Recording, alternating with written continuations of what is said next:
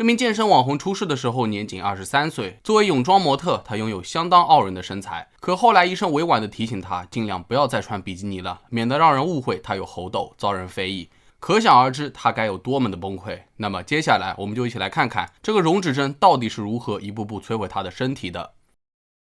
一直以来，比亚特丽丝·艾玛都是一名健身狂热爱好者，她很喜欢穿比基尼展现健美的身材。2021年2月，比亚特丽丝搬到了洛杉矶，准备当一名健身网红，以后还能在线授课，闯出自己的一片天。可是这个圈子从来都不缺健身能者，于是她决定用一些科技手段帮助自己锦上添花。在熟人的介绍下，她来到了一家看起来非常高档的 SPA， 说出了自己的诉求，她想要自己的手臂、腹部和背部的脂肪含量再少一些。而对方随即给她介绍了一款市面上最流行的溶脂针，里面含有维生素 B12、维生素 C 以及脱氧单酸，效果很不错。虽然价格不菲，要$800，但考虑到这家 SPA 看上去比较高档，也很正规，东西肯定是不会差的。而且在打针前，护士还特意给她试明了药品，据说全部都是出自于口碑较好的大品牌。不仅如此，对方还推荐她要想达到最佳效果，最好多注射几个部位。反正比亚特丽丝也不懂，她只是很兴奋，自己的身材马上就要变得更加完美了，于是放心的把身体交给了护士。就这样，比亚特丽丝一共接受了大约60次的注射，可注射完没过多久，她的身体就开始出现不适。比亚特丽丝感觉到胸闷恶心，全身发冷，像是要发烧的节奏。起初比亚特丽丝以为自己只是轻微过敏，类似于溶脂针的不良反应，通常慢慢都会消失。可到了第二天下午，她的症状不仅没有减轻，反而倒是更加严重了。这个时候，比亚特丽丝赶紧去了趟 SPA 询问情况，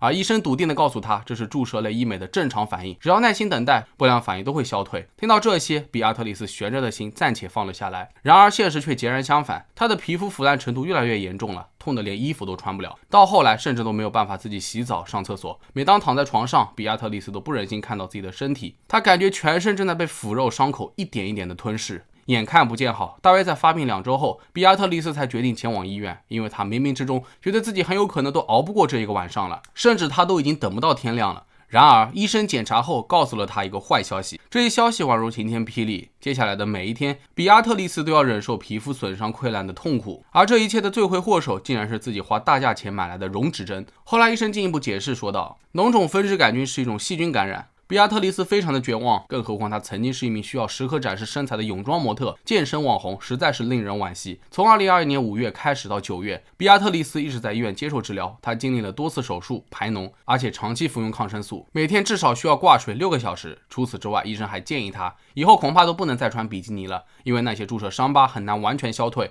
不免会让人误会她得了猴痘，不敢靠近她。对此，比亚特丽丝感到非常的震惊，她明白医生是好心提醒，只不过自己一时间难以接受。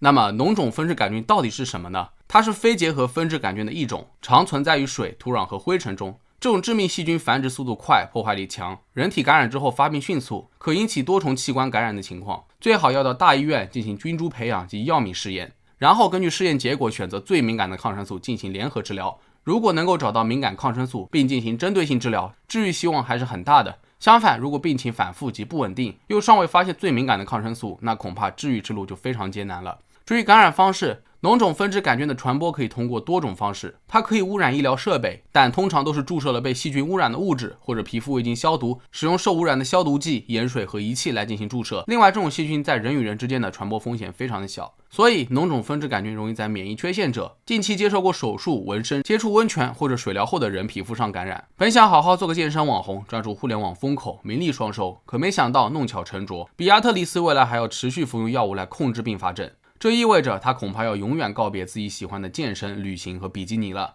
后来他花了整整1年的时间，伤口才基本愈合。比亚特丽丝已经数不清自己做了多少次手术，每一次治疗都对身体产生了很大的负面影响，他甚至感觉自己的听力都受损了。到了2022年9月，比亚特丽丝又因并发症重回到医院进行治疗。在此期间，朋友们也都劝他放弃，别当健身网红了，保重身体才要紧。但在这次治疗过后，比亚特丽丝还是决定重新穿上比基尼。她在世人面前毫无保留地展示了自己的伤疤，为的就是让更多的人了解脓肿分支杆菌感染这种疾病。同时，她也想激励那些同病相怜的患者，不要在意别人的眼光，永远不要放弃自己，因为无论伤疤多么的难看，他都不想再遮遮掩掩，他坚信这些都是他死里逃生的证明。其实在咱们国内，溶脂针项目也非常的受欢迎，看到过一些受害者的自述，大多数都是打针的伤口反反复复的溃烂，一些情况比较严重的感染面积较大的患者，甚至都没有办法正常睡觉，身体稍微动一动，伤口的脓液就要往外渗。最重要的是，很多小医院压根就处理不了脓肿分支杆菌感染，所以如果治疗没有好转，还是要及时去大医院进行检查。爱美之心，人皆有之。确实，女孩们在面对医美时，大多数时候都是不理智的。所以，不管是哪种医疗美容项目，前提都是安全问题，合法合规。众所周知，医美整形市场监管不够严格，手术操作不规范，消毒不严格，无形之中都会增加感染的风险。而现在，满大街的美容广告，这洗脑了很多人，让他们潜意识里觉得医美项目算是家常便饭，甚至随随便便去一些根本就不具备资质的美容院、小诊所。